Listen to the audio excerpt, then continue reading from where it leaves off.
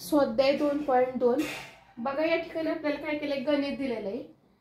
ही संख्या अक्षरातली आहे. आता ही संख्या आपल्याला अक्षरात लिहायची, त्यासाठी काय करावं लागेल तर या ठिकाणी स्वल्पविराम द्यावे लागेल, म्हणजे आपल्याला काय करता येईल तर व्यवस्थित वाचन करता येईल. आता बघा, एकक, दशक, शतक, हजार, दश हजार, लाख म्हणजे 9,90,999 अशी ही संख्या होती. आता हा पर्याय कुठं आहे, 9,90,999. तर पर्याय क्रमांक 2 हे काय तर उत्तर बरोबर आहे. प्रश्न क्रमांक 2 बघा, सर्वात मोठ्या 7 अंकी संख्येपेक्षा 1 ने लहान असणारी संख्या पुढीलपैकी कोणती. तर आता सर्वात मोठी 1 अंकी कोणती तर 9 आहे, 2 अंकी 9च आहे, 3 अंकी देखील काय तर 9च आहे. मग अशा पद्धतीने काय करायचं, आपल्याला 7 वेळा 9 लिहून घ्यायचे. आता ही झाली 7 अंकी सर्वात मोठी संख्या. आणि पुढे काय सांगितलंय तर 1 ने लहान असणारी संख्या. 1 ने मग या ठिकाणी काय होणार आहे, लहान म्हणल्यानंतर या 9च्या ठिकाणी काय होणार आहे, 8 येणार आहे. त्यामुळं ही संख्या येईल, 9चे आहे असेच 9 लिहून घ्यायचे. आता ही संख्येचं वाचन करण्यासाठी या ठिकाणी स्वल्पविराम देऊन घ्यायचा.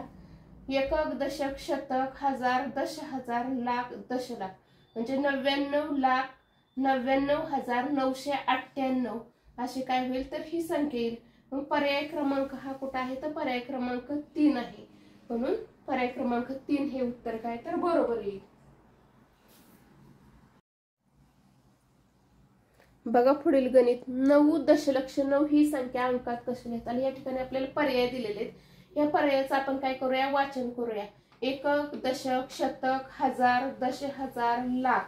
आता लाख म्हटल्यानंतर अजून आपल्याला काय पाहिजे, एक घर पाहिजे, त्यामुळे हा पर्याय नाही.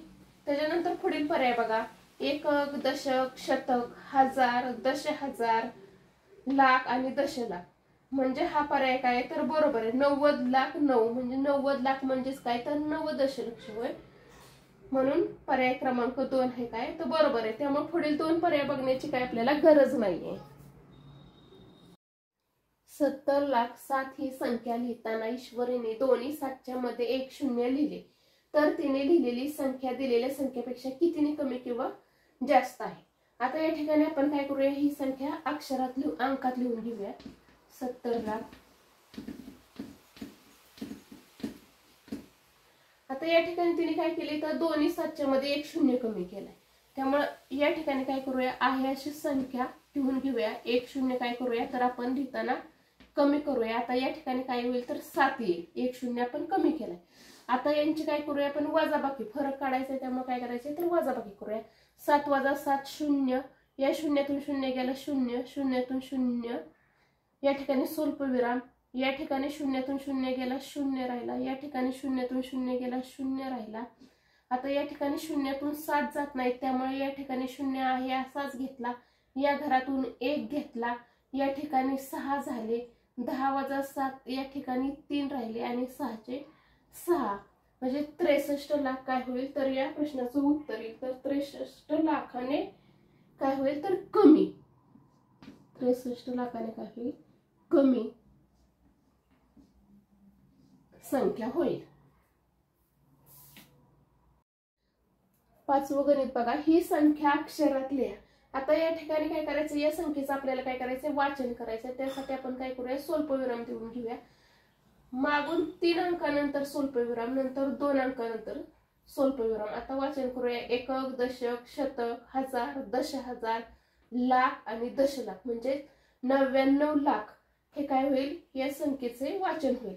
या ठिकाणी पर्याय क्रमांक किती 2, 99 लाख पर्याय क्रमांक 2 हे काय होईल तर उत्तर बरोबर येईल. सर्वात मोठ्या 10 अंकी संख्येचे योग्य वाचन दर्शवणारा पर्याय निवडा. आता सर्वात मोठी 10 अंकी संख्या, या ठिकाणी काय 1 अंकी संख्या कोणती मोठी तर 9 आहे. मग अशा पद्धतीने काय करायचे, 10 वेळा 9 लिहून घ्यायचं.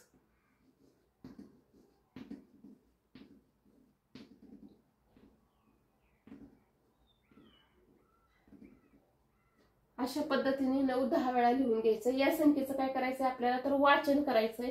आपण या ठिकाणी स्वल्पविराम देऊया. पाठीमागे 3 संख्येनंतर स्वल्पविराम, नंतर 2 संख्येनंतर स्वल्पविराम, पुन्हा 2 संख्येनंतर स्वल्पविराम आणि या 2 संख्येनंतर स्वल्पविराम. मग काय होणार? एकक, दशक, शतक, हजार, दशहजार, लाख, दशलाख, कोटी, दशकोटी आणि 9 अब्ज. 9 अब्ज, 99 कोटी, 99 लक्ष, 99,999 असं काय होईल? या संख्येचं वाचन होईल. म्हणजे पर्याय क्रमांक 2 हा काय तर बरोबर आहे. बघा पुढील गणित. 33,70,278 ही संख्या अंकात कशी लिहा? तर या ठिकाणी आपण काय करूया? घर मोजून घेऊया. एकक, दशक, शतक, हजार, दशहजार, लाख, दशलाख. मग हा पर्याय नाही, आपल्याला कोटीची संख्या पाहिजे. एकक, दशक, शतक, हजार, दशहजार, लाख, दशलाख आणि कोटी. या ठिकाणी कोटी आहे पण ती किती? 3 कोटी. आपल्याला अजून दशकोटीचं एक काय पाहिजे? तर घर पाहिजे. त्यामुळे हाही पर्याय नाही. या ठिकाणी बघा, एकक, दशक, शतक, हजार, दशहजार, लाख, दशलाख, कोटी आणि दशकोटी. म्हणजे हा पर्याय काय तर बरोबर आहे. आपण वाचन करून घेऊया. या ठिकाणी 33,70,278 हा काय पर्याय क्रमांक 3 बरोबर आहे. बघा 8वं गणित. एका 9 अंकी संख्येत दशकोटी स्थानावर 7 हा अंक आहे व उर्वरित सर्व स्थानावर 0 हा अंक आहे. तर त्या संख्येचे वाचन दर्शवणारा योग्य पर्याय लिहा किंवा कोणता. म्हणजे या ठिकाणी आपण काय करूया? ह्या संख्या अंकात लिहून घेऊया.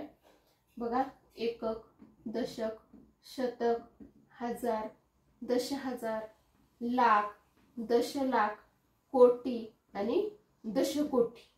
आता या संख्येचं वाचन करण्यासाठी आपण बघू स्वल्पविराम देऊन घेऊया. या ठिकाणी एकक, दशक, शतक, हजार, दशहजार, लाख, दशलाख आणि कोटी, दशकोटी. म्हणजेच या संख्येचं वाचन काय होईल? तर 70 कोटी होईल. पर्याय क्रमांक 2 हे काय होईल? तर उत्तर निघेल. बघा 9वं गणित.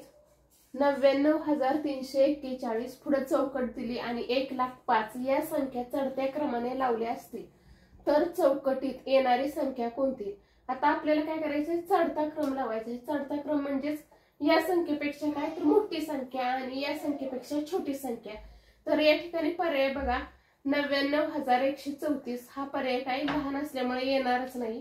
त्याच्यानंतर 99,300 हाही पर्याय काय लहान आहे, त्यामुळे हाही पर्याय येणार नाही. 99,243 ही देखील संख्या काय तर लहान आहे म्हणून हाही पर्याय नाही. आणि पुढे आहे 99,443. तर ह्या संख्येपेक्षा 99,443 ही संख्या काय तर मोठी आहे म्हणून चौकटीच्या ठिकाणी पर्याय क्रमांक 4 हे काय होईल? तर उत्तर येईल.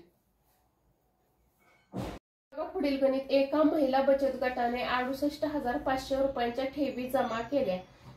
त्या संख्येचे अक्षरी लेखन पुढीलपैकी कोणते नाही? तर पर्याय क्रमांक 1 काय सांगितलंय? 68,500. आता या ठिकाणी आपण अंकात लिहून घेऊया. 68,500 हा पर्याय बरोबर आहे.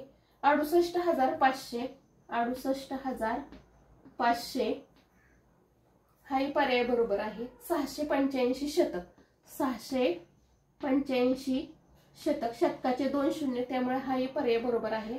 आणि 685 दशक, दशकाचा काय होतो? 1 शून्य येतो त्यामुळे हा पर्याय काय तर चुकीचा आहे. म्हणजे पर्याय क्रमांक 4 हे काय होईल? तर अक्षरी लेखन येणार नाही.